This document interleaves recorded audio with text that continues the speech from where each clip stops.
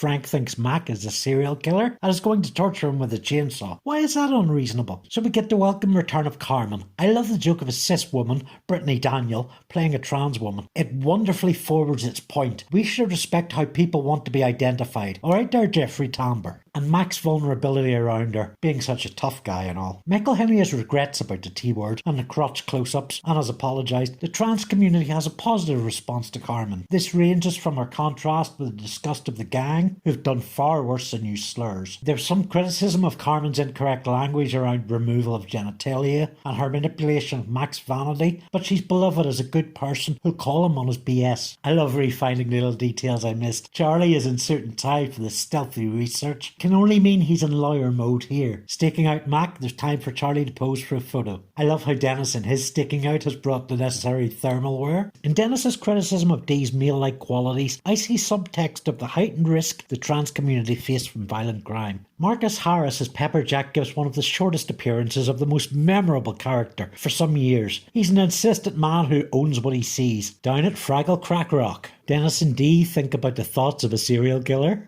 And we had a classic two characters talking about different things trope. It's lawyer time, think like an eagle. Charlie has a quiet word to get Mac to stop, and his sensitive ways are what Mac responds to in bigotry and attraction. The hardware store. See how easily Dennis accepts Dee's explanation for taking tools for free? He's actually proud of Dee for this level of manipulation. Sandy Martin and apathy transcends to high art. Charlie is in full cosplay, assuming her as his client. She agrees Mac is out there killing people. Perhaps be rid of them to watch her show. House-to-house painter and psycho clown, and is seen as a gem. Dennis knows his killers. Dee squeaking as she walks, oh my god, it's a perfect Muppets pitch. They had this coming. Dennis's trend of taking credit for others' ideas when he proclaims Mac as a killer. In my opinion, Mac is the least likely of the gang to be a serial killer, somewhat ironic as they project their inner selves on him. His shame compartmentalises, a hyper-secrecy leading to his evaluation as a suspect. As mentioned earlier, the show is clear Carmen is not at fault for her trans status. Carmen is open about it. Mac is super awkward. She develops as a character in her appearances,